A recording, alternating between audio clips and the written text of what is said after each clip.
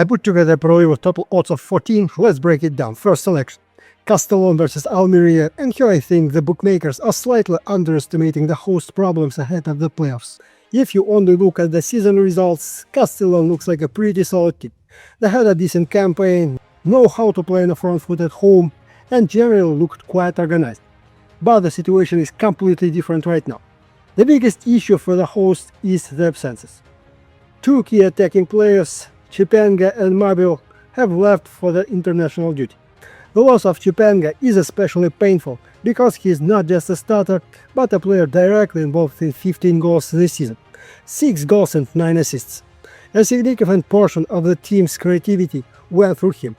And when a team loses a player like that right before the playoffs, it almost always affects their attacking game. On top of that, Mello remains doubtful, and he is an important piece of the right side of the defense. Because of that, I can easily see Castellón opting for a very cautious approach here. That's completely normal in playoff football, especially when the first leg is at home and the main objective is not to give the opponent an advantage before the return match. Buddy, subscribe to my YouTube channel. I post match analysis every day and always try to help my subscribers stay in profit. I also appreciate constructive criticism and well-argued picks in the comments. I read all of them. Guys, here's my Telegram and my stats. I work as transparently and honestly as possible. I even pay taxes as an individual entrepreneur. I am one of the few in this space who actually works openly and fairly. The link is in the description below.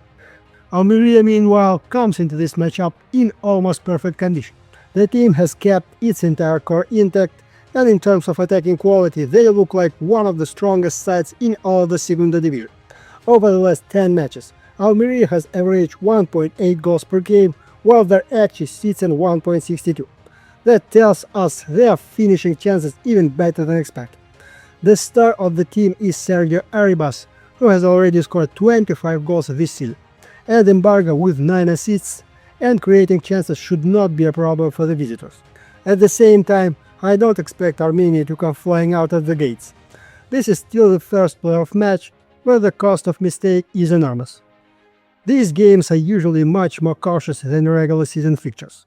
Almeria would probably be satisfied with any positive result before heading back home for their second leg. Another important factor is the head-to-head record. During the regular season, the teams exchanged home wins. Almeria won 1-0 at home, while Castellón responded with a 2-0 victory on their own ground. But at the time, the host had players available that they no longer have. So I would not blindly transfer those results to this game. The situation is completely different now. Almeria arrives with a full-strength squad, while Castellón has to adjust its usual structure. That is why I don't expect open football or a huge number of chances. The hosts will likely try to slow the game down and keep things level for as long as possible, while the visitors will not recklessly throw numbers forward in the first leg of the series. That is exactly why my parlay pick here is under 3.5 goals. For a Segunda playoff match, it looks like a very logical option. Almeria currently appears to be the more complete team, while Castellón's absences could prove decisive already in the first match of this type. For the crazy parlay, I like Almeria DAO chance x2 plus under 3.5 goals at odds around 2.8. Guys, for the crazy parlay, I try to not use my main bankroll because parlays are always risky. That is why I usually use welcome bonuses from partners.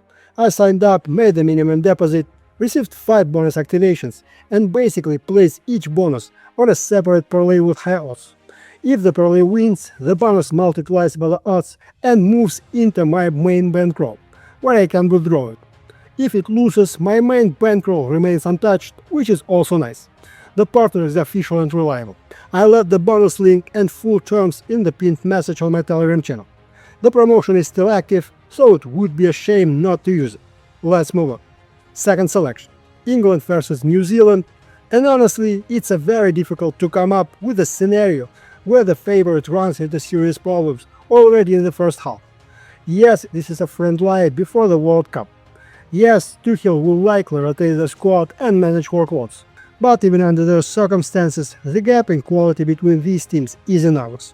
In fact, against opponents of this level, the current England side tends to perform with maximum confidence and very little drop. Just look at the World Cup qualifiers. England came through them almost perfectly. The team averaged nearly 3 goals per game while conceding none. Their expected goals figure stood at 2.63 per match, while their expected goals against was a ridiculous 0.23. That tells you that even when England is not operating at full capacity, they still completely control games and rarely allow opponents to create anything meaningful. Even without a few stars, the squad remains extremely strong. Bellingham will be in midfield, still the engine of this team. Up front there is Kane, who scored 36 goals this season. There is also Rashford, Rodgers, Mainum, and Livramento. The quality remains that of world-class national team. Most importantly, England doesn't have a habit of easing into games against weaker opponents. They usually try to dominate possession immediately and solve most of the problems before halftime. New Zealand finds itself in a completely different situation. Yes, the team regularly dominates within its own confederation, but whenever it faces strong opposition, serious problems start to appear. That is especially true defensively. Recent defeats to Finland 0-2 and particularly Haiti 0-4 highlighted those issues perfectly. The problem is not only the result, but how badly the defenders struggle with high tempo and constant pressure. Most of their defensive players compete in the A-League or MLS, and they have almost no experience facing players of Kane's or Bellingham's caliber. Another important factor is that New Zealand will almost certainly sit very deep and try to defend with numbers behind the ball. But those are exactly the kinds of teams England has been breaking down quite effectively in recent years, especially during the first 45 minutes, when intensity and freshness are in their highest. If England scores early, New Zealand's defense could become even more vulnerable. That is why I like betting on England's productive before halftime. The gap in class is simply too large, and the visitors' defense doesn't look capable of handling that kind of pressure for long. For the parlay, I'm comfortably taking England team to over 1 goal in the first half. If you want a higher price, then for the crazy parlay you can go with England team total over 1.5 goals in the first half at odds around 2.2. I also broke down one more match as a single, but it can easily be added to the parlay as well. United States of America versus Germany.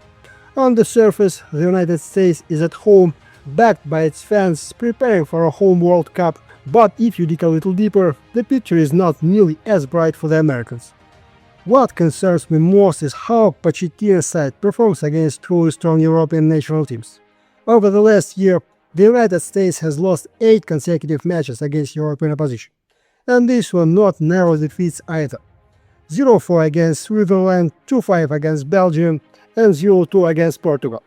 The issue is not on the results themselves, but the fact that the American defense simply cannot handle the pressure of elite-level teams. Going forward, however, the United States is usually quite good. They consistently create chances, play brave football, and attack a lot. Across their last 9 friendlies, the Americans average nearly 2 goals per game. They picked up wins over Japan, Uruguay, and Senegal. But at the same time, they conceded an average 1.67 goals per game, and their XGA numbers look even more concerning. Defense was never considered a strength of this team, and now there are additional absences. Cartel Vickers, Tessman, Cardoso, and Luna will all miss the match. For a friendly, those are significant losses, especially in central midfield and defense. Germany, meanwhile, comes into this game in excellent shape. After a surprise slip-up against Slovakia, Nagelsmann's side quickly recovered and put together an 8-match unbeaten streak. Germany cruised through World Cup qualifications, scoring 16 goals while conceding only 3. What I particularly like is the incredible depth of the squad. Even with rotation, the quality barely drops.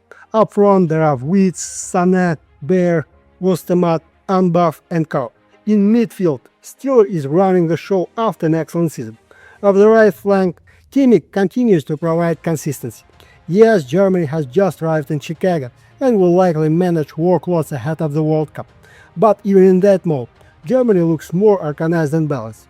At the same time, I don't expect a defensive match. The United States almost never sits back at home and usually responds to attacking football with more attacking football. That is exactly why their matches tend to be entertaining and high-scoring.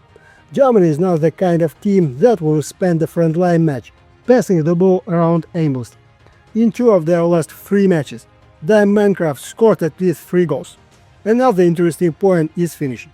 Despite Germany's strong defensive numbers, all 4 shots on target they faced in sprint internationals ended up as goals. So opponents are still finding chances, and the United States has enough quality in attack to take advantage of even a limited number of opportunities. That is why I like the goals market most here.